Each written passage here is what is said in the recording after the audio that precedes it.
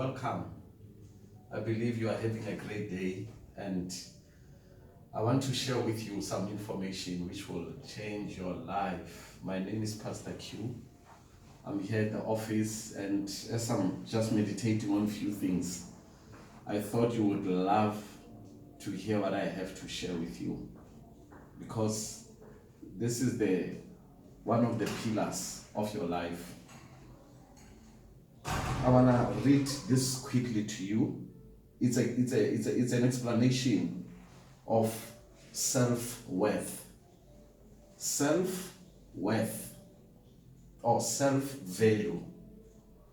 It says self-worth is the opinion you have about yourself. Wow.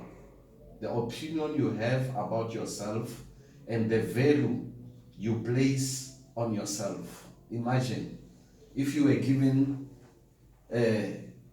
something to estimate yourself with.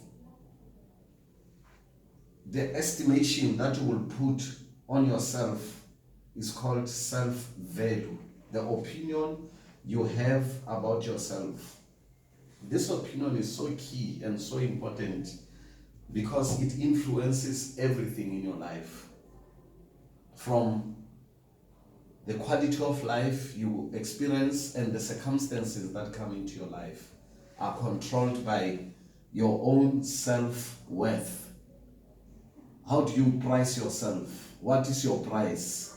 Are you a cheap person or are you an expensive person? And if you want to get this right, you cannot use your own measurements to measure yourself. You can't use your cousin's measurements, your family measurements, your neighbor's measurements. Even your qualifications, you can't use that to measure yourself, because those will be barriers, because you can only achieve according to the value that you place on yourself. And this value, it's so key because it is actually what man lost.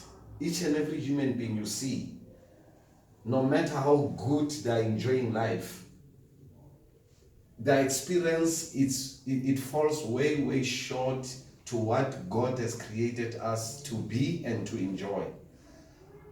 So God has given us a very big responsibility of us valuing ourselves. That is the only responsibility we have, to place value on ourselves.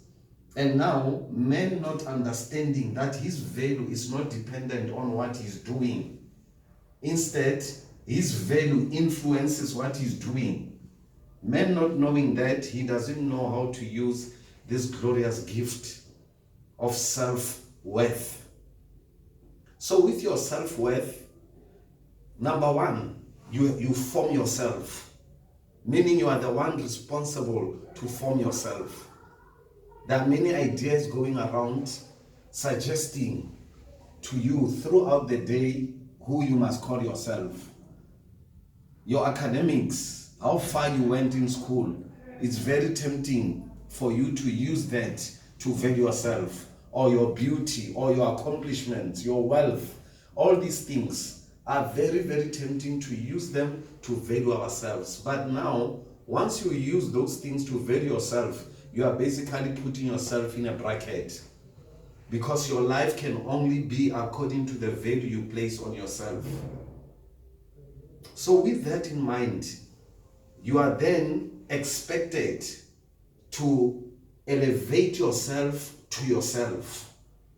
Put your value as high as you can, because how you put your value will determine the experience you have in this life. So your value is so key, because your value is who you call yourself, is who you believe you are. And who you believe you are is what places demands on the universe, on the reality. The machine that is producing reality is commanded by our individual identities of ourselves, how we value ourselves, how we price ourselves, how we honor ourselves.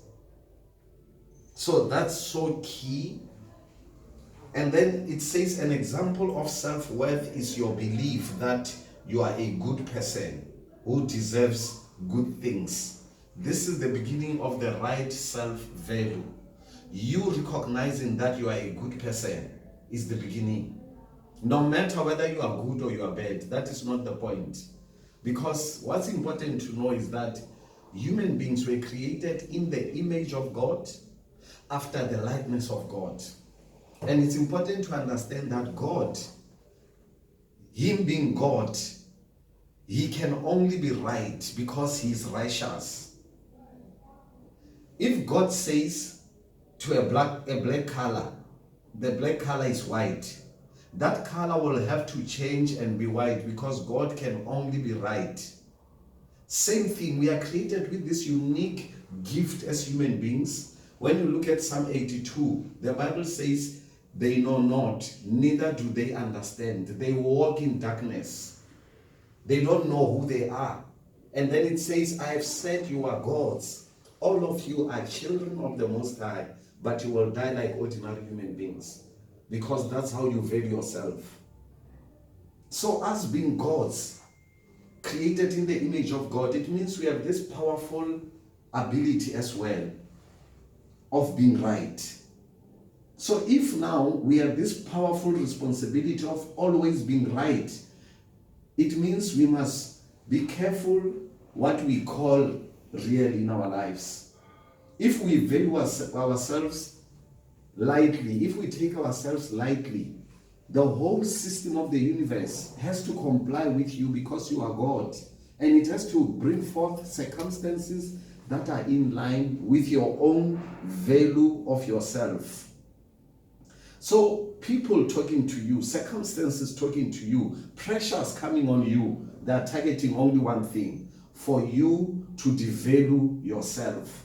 Because only after you, with your authority to be right, devalue yourself and call yourself names and call yourself weak according to your weaknesses, imagine what you are doing. You are actually destroying yourself with your own power of being right. So today I want to bring this to your attention. Just a glimpse of it can change your life. You understanding your self-value, it's a real thing, and it controls your experience in life. So you must consciously begin to change your own value to yourself. And the Bible says Jesus Christ went to the cross to take our place. He pleaded guilty in our place. He received our sin as his own, meaning he devalued himself to be a sinner. He accepted that low value because of our individual sins. And then after he accepted that value of being a sinner, a worthless sinner, the universe brought the judgment on him. He died in our place because of his own value of ourselves. So it's important to know all these things and to learn to value ourselves in his place, because the Bible says in 1 Corinthians chapter 5, verse 21, he who knew no sin became sin. Jesus became a sinner so that we might become the righteousness of God in him. So today it's our responsibility, before you see any perfection in your life,